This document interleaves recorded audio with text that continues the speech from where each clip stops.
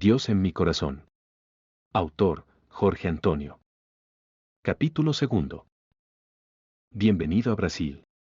Volviendo un poco en la historia, pensé en lo que había vivido hasta ese momento y cómo vine a vivir en Brasil en 1974, con visa permanente, otorgado por el Consulado de Brasil, en Santiago de Chile. La visa me permitió obtener de inmediato documentos de identidad para extranjeros necesarios para comenzar a trabajar, contratado por empresas brasileñas. En esa época, 3 países otorgaban visa permanente a profesionales chilenos en el área técnica con más de 5 años de experiencia. Los países eran Australia, Canadá y Brasil. Todos estos países estaban con la economía en crecimiento y necesitaban mano de obra especializada para contratarlas de inmediato por motivo de crecimiento del centro industrial. La decisión de salir de mi país fue como la de tantos compatriotas en busca de la paz perdida por la violencia de los últimos gobiernos. A pesar de la nota oficial del nuevo gobierno, formado por una junta militar, comandada por el general Augusto Pinochet, informando al mundo que la causa de la muerte del presidente Allende había sido suicidio, el cuerpo no fue entregado a sus familiares. Los restos del presidente fueron retirados por los militares de la Moneda, nombre del Palacio de Gobierno chileno. Cabe recordar que el Palacio de la Moneda fue bombardeado con misiles por aviones de combate de la aviación chilena y Allende hizo un dramático discurso en el que pidió al pueblo que se defendiera del golpe militar sin rendirse, ofreciendo resistencia hasta la muerte. Ese día fue un día de vergüenza para los chilenos con conciencia patriótica porque perdieron el orgullo de vivir en un país que se llamó a sí mismo, por mucho tiempo, como el país más democrático del mundo. Digo esto porque cuando estudiaba ingeniería en Santiago, en los años 60, me sentía muy orgulloso cuando veía al presidente de Chile, paseando por las calles del centro de la capital del país, como un ciudadano común. El señor Jorge Alessandri, presidente del país, en la década de los años 60, salía a caminar después del almuerzo, por las calles en Santiago, sin guardaespaldas ni seguridad de ningún tipo. Años después, durante el gobierno de Allende, hasta el día 11 de septiembre de 1973, yo ya no pensaba que Chile era el país más democrático del mundo, y mucho menos uno de los más civilizados. Hasta antes de esa fecha, existía la libertad de expresión y creía que los chilenos respetaban todas las ideologías políticas. Falsa ilusión. Después del golpe militar, vino una violenta represión contra el pueblo que no tenía la misma opinión, incluso algunos de los generales del propio ejército, que fueron hechos prisioneros o muertos, igual a miles de civiles más. Por otro lado, el golpe militar acabó con la escasez de alimentos y algunos bienes de consumo, que habían desaparecido del mercado, volvieron a ser vendidos legalmente.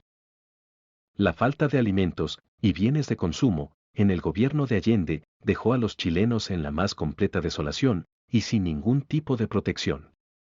Esa crisis, en especial, perjudicó a las familias que tenían hijos pequeños y bebés, como era mi caso, que tenía que alimentar a mis 4 hijos, que en aquella época, todos con menos de 5 años de edad.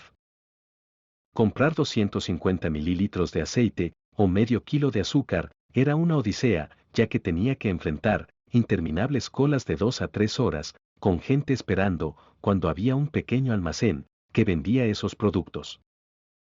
Muchas veces, mi esposa me llamaba por teléfono al trabajo para me avisar que no tenía leche para nuestros hijos. Para resolver ese problema, yo personalmente inventé una táctica para comprar leche en polvo en las farmacias. Primero, entraba a una farmacia que estaba llena de clientes y preguntaba en el mostrador si tenían latas de leche en polvo. La respuesta era siempre la misma. No, señor, se acabó. Luego, miraba disimuladamente a los clientes bien vestidos, de aspecto de clase media alta, generalmente damas, que estaban siendo atendidos por el gerente. Mientras tanto fingía que estaba buscando algún otro producto en los estantes de la farmacia. Cuando veía que algún empleado entregaba a estos clientes especiales una bolsa con algunos productos escondidos en su interior, traídos directamente del interior de la farmacia, inmediatamente me dirigía a esa persona y le arrebataba el paquete de las manos. Al mismo tiempo, Abría la bolsa y miraba los productos que estaban siendo vendidos en forma secreta, encontrando siempre una o dos latas de leche en polvo, junto con otros productos que eran difíciles de comprar en el mercado oficial. Amenazaba después con llamar a la policía o mostrar al público esos productos que se encontraban en la farmacia y también estaban queriendo comprarlos. Inmediatamente el gerente me ofrecía una bolsa similar. Como no creía en su promesa, le decía: prepare otro para el cliente, por favor, porque este es mío. Y me dirigía a la caja a pagar la mercancía. La otra solución era comprar en el mercado paralelo, donde pagaba hasta 5 o más veces su valor de mercado. Fue por ese motivo que dejé de fumar, porque no tuve coraje de pagar 10 veces el valor de un paquete de cigarrillo en el mercado paralelo, y todo mi odio por ese sistema lo descargué contra el vicio del tabaquismo. Había adquirido esta adicción cuando tenía 13 años, en la escuela técnica, junto con otros jóvenes que fumaban, porque era prohibido para menores de 21 años. Otros alimentos básicos, como comprar carne, en mi trabajo había un colega que pertenecía al gremio sindical y era conocido como Guaso, que corresponde popularmente al campesino chileno. El Guaso conocía a muchos propietarios, dueños, de fundos, próximos a la ciudad de Concepción. Él avisaba a su jefe del departamento en el que trabajaba, quien a su vez comunicaba a otros ejecutivos, tales como directores, gerentes, jefes de sección y supervisores en general, cuando alguna hacienda sacrificaba un buey o una vaca para vender su carne. Teníamos que ir en vehículos durante la noche, normalmente, pasada la medianoche, para comprar una pieza del animal, que normalmente pesaba 15 a 20 kilogramos. Allí, escondido en un bosque, estaba el animal muerto, siendo cortado. El pedazo de carne, después de pesado, podía ser comprado entre varios y después dividirlo en trozos más pequeños. Cuando la cantidad era un poco grande para una familia como la mía, generalmente, lo que yo compraba era dividido entre otros miembros de la familia, vecinos o amigos más cercanos. Mismo siendo mucha carne, para una única familia, valía la pena, porque era muy difícil comprarla en el mercado oficial, ya que las carnicerías estaban siempre vacías. También estaba el problema de almacenamiento, ya que en esa época no habían congeladores para los hogares, y el freezer de los refrigeradores no tenía espacio suficiente para guardar tanta carne congelada. Cada vez que esto ocurría, 2 o 3 veces al mes, era una verdadera fiesta con parrilladas o asados, como hablamos en Chile, en las casas de los afortunados amigos del Guaso. Algunos alimentos no perecederos como arroz, frijoles, harina de trigo y tallarines en general, aceite, azúcar, sal, etc., entre muchos otros más, de primera necesidad, cada familia tenía sus propios medios de abastecimiento, además de las interminables filas que existían en cada rincón de la ciudad. Los supermercados y pequeñas tiendas generalmente estaban vacíos, sin mercancías para vender, excepto cuando el sistema de control regulatorio que había establecido el gobierno hacía entregas programadas. Este sistema funcionaba a través de empresas del gobierno, haciendo entrega limitada por familia de los productos alimenticios y de limpieza más esenciales, para ser vendidos al pueblo. La entrega de productos a la clase alta, nunca supe cómo funcionaba, pero también nunca escuché a ningún rico quejarse de la falta de comida. El problema de escasez lo sintieron las clases media y baja, que no eran inscritos en partidos políticos. No pertenecer a algún partido político, como era mi caso, teníamos que encontrar alguna forma de proteger a nuestras familias para no morir de hambre. Mi esposa conocía a un señor de nacionalidad griega, que había llegado a Chile joven, y tenía una tienda de abarrotes en el barrio.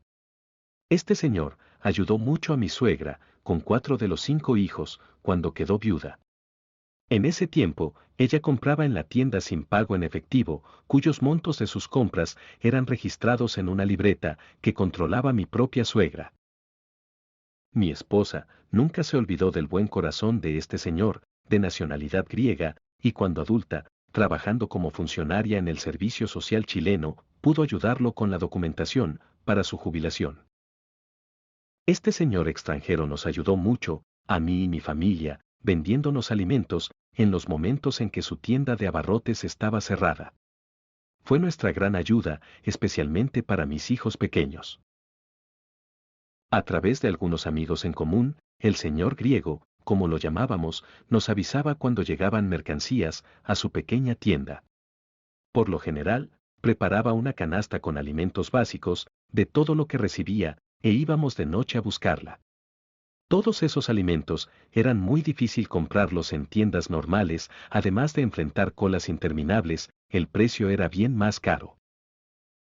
Al final del gobierno de Allende, mi automóvil estaba en el garaje parado, con solo 3 ruedas con sus neumáticos desgastados, porque las otras 2, incluyendo la de repuesto, estaban rasgados y no podía comprarlos por falta de ese producto en el mercado. Aunque estaba más de un año inscrito en el sindicato de la empresa, donde trabajaba, para comprar un par de neumáticos, las personas que recibían los mismos, además de no ser dueñas de vehículo, los vendían por el doble del precio en el mercado paralelo. Todo esto llevó al país al caos, perdiéndose paulatinamente toda la dignidad que las personas tenían. Mis pensamientos sobre el motivo de dejar mi país y estar viviendo en Brasil, 20 años después, ahora estaba recuperándome de una cirugía en el brazo, provocada por un accidente automovilístico. A pesar del defecto en mi visión dupla, intentaba vivir la vida lo mejor que podía, manteniendo el ojo izquierdo cerrado, para poder ver sin confundirme, especialmente cuando caminaba. Como siempre me gustó leer, leía con un solo ojo, y para no cansarme, la mayor parte del tiempo me encontraba pensando en algunos hechos del pasado, que de una forma u otra, habían marcado mi vida. Llegar a Brasil, una noche de otoño, lleno de esperanza, y con Dios en mi corazón, fue para mí, como la llegada de Moisés a la tierra prometida. El avión que me trajo en un vuelo directo, desde Santiago de Chile a Río de Janeiro, llegó de noche. A su llegada, el piloto habló a través del altavoz a todos los pasajeros, avisando a los que estaban sentados en el ala izquierda del avión. En ese momento, podíamos ver al Cristo Redentor. Para mí, es hasta ahora, la emoción más indescriptible que he tenido en toda mi vida. La figura de Jesús, con los brazos abiertos, estaba allí para decirme: bienvenido a Brasil. Una nueva vida te espera. Fin de Bienvenidos al Brasil. Por amor o por dolor. Continué pensando en el pasado, sobre mi nueva vida en Brasil, y me recordé cuando yo viajaba todos los días, en el bus de la empresa. Durante el trayecto, yo rezaba agradeciendo a Dios por todo el bien que me daba a mí y mi familia. También le pedía ayuda para adaptarme a tantas cosas diferentes que a veces me hacían pensar como un chileno, diciendo mentalmente: me siento como un gallo, en corral ajeno. A veces le preguntaba a mi Dios interno si mis creencias en la vida después de la muerte eran verdaderas, así como también la reencarnación.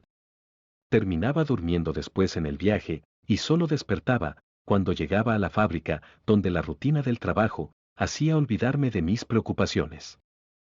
Unos días después, sábado en la tarde, recibí la visita de un gran amigo chileno, a quien conocía en mi adolescencia, durante el curso técnico que hicimos juntos en la ciudad de Concepción. Estudiamos también en la universidad en Santiago. Aunque no vinimos juntos a Brasil, terminamos reencontrándonos aquí, cuando él estaba trabajando en una empresa del interior de San Paulo. Como era fin de semana, aprovechó para hacerme una visita en Santos y pasear junto conmigo y nuestras respectivas familias en la playa. Hola, ¿cómo están? Me saludó cuando abrí la puerta de mi departamento. Después de abrazarnos, saludé a su esposa y sus 4 hijos, nos sentamos a conversar. Mientras tanto, su esposa se unió a la mía, y sus 4 hijos fueron a jugar con los 4 míos. Te traje un regalo, dijo mi amigo, entregándome un libro. Siempre hablas de espíritus y esas cosas en las que crees, pero mira qué casualidad, encontré este libro en una librería, y hallé que era tu cara. Completó. Me llamó la atención este libro de tapa blanca, en el que destacaba el título: El libro de los espíritus de Allan Kardec, y me dejó perplejo. Por eso te lo traje. Confieso que en ese momento sentí un escalofrío recorrer todo mi cuerpo. Podría ser lo que siempre creí, ¿Que existen los espíritus e incluso hay un libro que habla de ellos? Realmente agradecí a mi amigo su regalo, y desde ese día no dejé de leer sobre este tema que me parece fascinante, incluyendo toda la colección de Allan Kardec. Luego leí algunos otros libros de Francisco Cândido Xavier, Chico Xavier, famoso médium brasileño, que escribió 450 libros, vendió más de 50 millones de copias, todo psicografado. Así también, existen muchos otros autores que me han ayudado a fortalecer mi fe, sobre todo hoy, donde cada día es más necesario creer en Dios para afrontar estos tiempos difíciles que atraviesa la humanidad. Así fue, como un cierto día, estaba en una librería de libros espiritualista, buscando un nuevo lanzamiento para comprarlo. Una señora de 70 años o más, que trabajaba en el local, me recomendó algunos libros que ya había leído. De repente, interrumpió mis pensamientos cuando estaba mirando algunos títulos y autores que encontré interesantes. Joven, ¿cómo llegaste al espiritismo? ¿Fue por amor o por dolor? Esa señora me preguntó. Lo siento, señora, no entendí. Respondí. Bueno, ¿cómo descubrió el espiritismo? Me preguntó de nuevo. Yo. Respondí casi de inmediato. Sí, tú, pareces saber tanto al respecto. Completó. Bien, es una larga historia que empezó cuando era niño aún. Le respondí. Cuéntame, por favor, me gusta saber por qué vienen aquí las personas. Volvió a preguntarme la simpática señora. Está bien, le voy a contar. Hablé con entusiasmo, y con la vista mirando a lo lejos, tentando que mi memoria volviera en el tiempo. Esto empezó cuando acompañaba a mi mamá todos los domingos a la iglesia en mi ciudad de Chile cuando pequeño. Inicié mi relato. Me senté a su lado, en un piso que tenía a la entrada de la pequeña librería, y comencé a contar mi historia. Ha pasado tanto tiempo que no va a creer. Continué. Vengo de un país mayoritariamente católico, llamado Chile, y allí nadie cree en espíritu, y mucho menos en la reencarnación ni algo parecido. El sacerdote predica en la misa, que después de la muerte, el día del juicio final, los muertos resucitarán y todos seremos juzgados. Los buenos irán al cielo, y los malos al infierno. Hablé casi sin pausa. Luego respiré profundo, y volví a decir. Mi madre siempre me inculcó la fe en Dios, en Jesús, y en Nuestra Señora, Madre de Jesús. Me habló principalmente del inmenso amor que Dios tiene por todas sus criaturas, bondad, justicia divina, compasión, generosidad, etc. También me explicó que nuestro Padre siempre está dispuesto a darnos lo que necesitamos cuando se lo pedimos en oración. Después de una breve pausa recordé. Debía tener unos 10 u 11 años, cuando comencé a tener dudas sobre este amor divino, que mi madre me hablaba, principalmente, por todo lo que predicaba el sacerdote en la misa. Todo comenzó con la muerte del padre de un amigo del colegio, en el que su situación económica empeoró. Dije con tristeza. Entonces, tuve la oportunidad de visitar a algunos pacientes en el hospital de mi ciudad, y confieso que me desanimó ver el estado calamitoso de esas personas. Fue cuando empezaron mis dudas sobre el amor de Dios, que mi madre me decía, y lo que el sacerdote predicaba. ¿Quién tenía razón? Fue cuando comenzaron mis dudas sobre el motivo de la vida. Le dije pensando alto.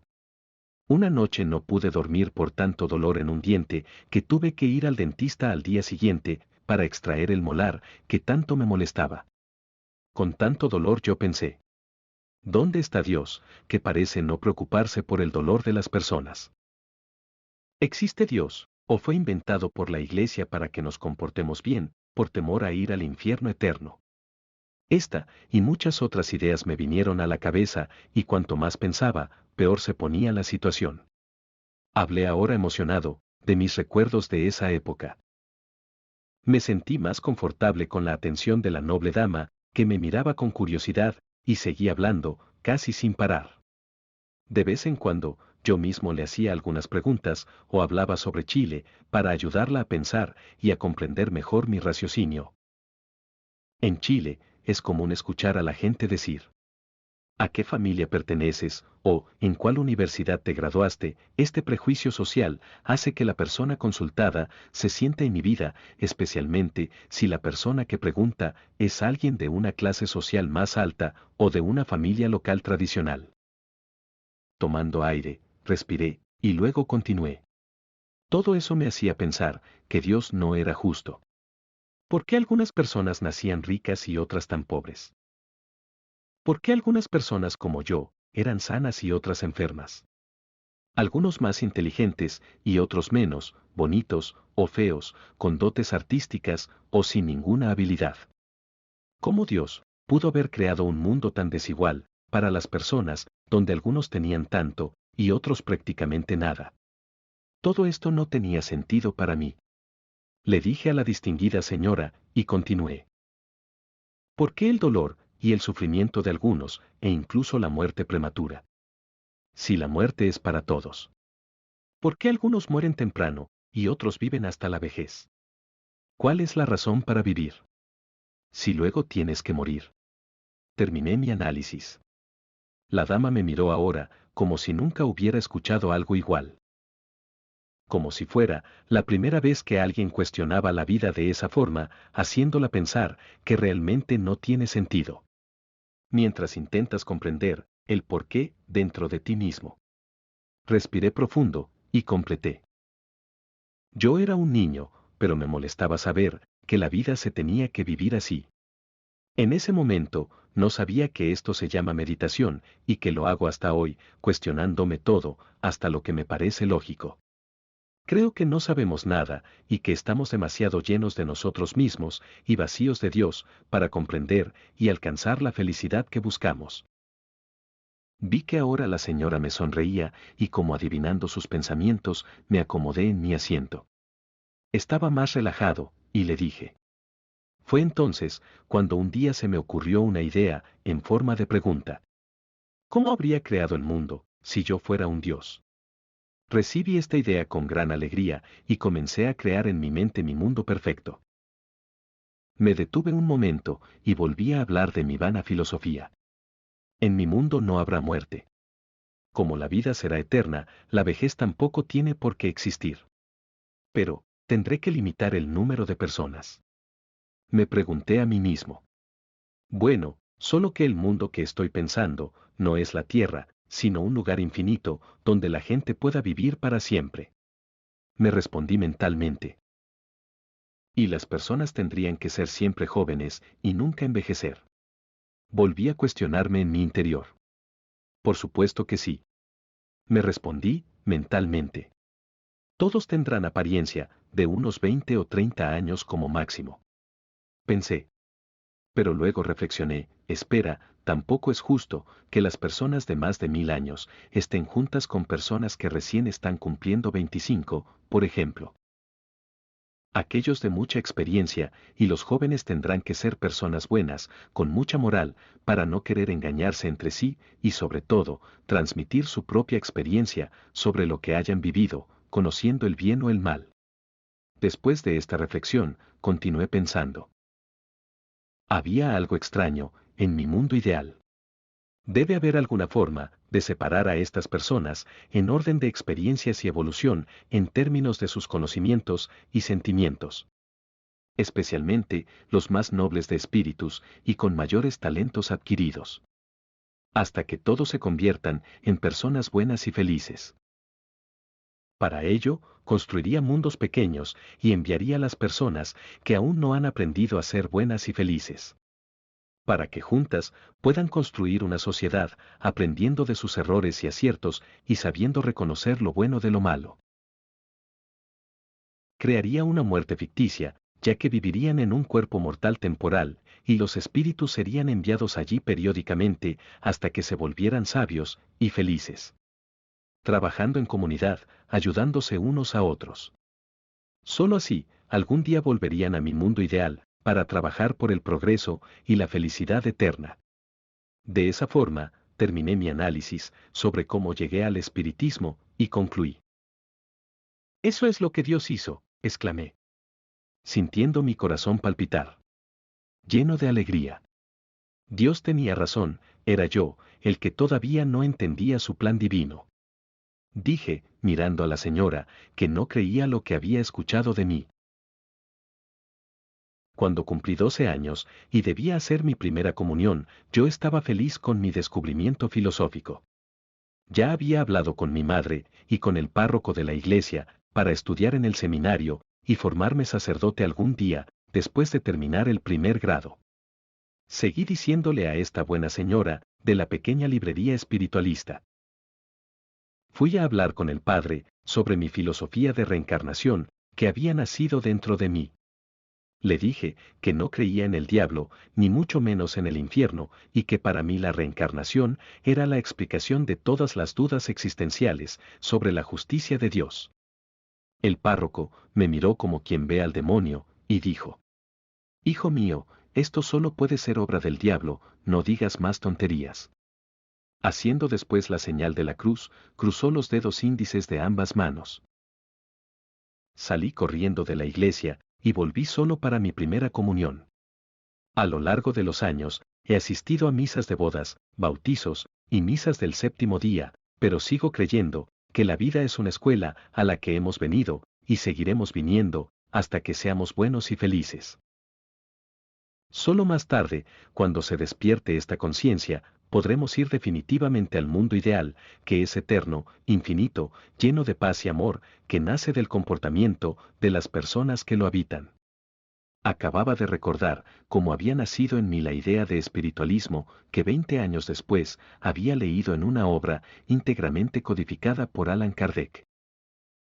La señora me miró con una mirada de dulzura y dijo: Hasta el día de hoy, nunca había conocido a nadie como tú, que haya venido al espiritismo, por amor y no por el dolor. Fin del capítulo 2.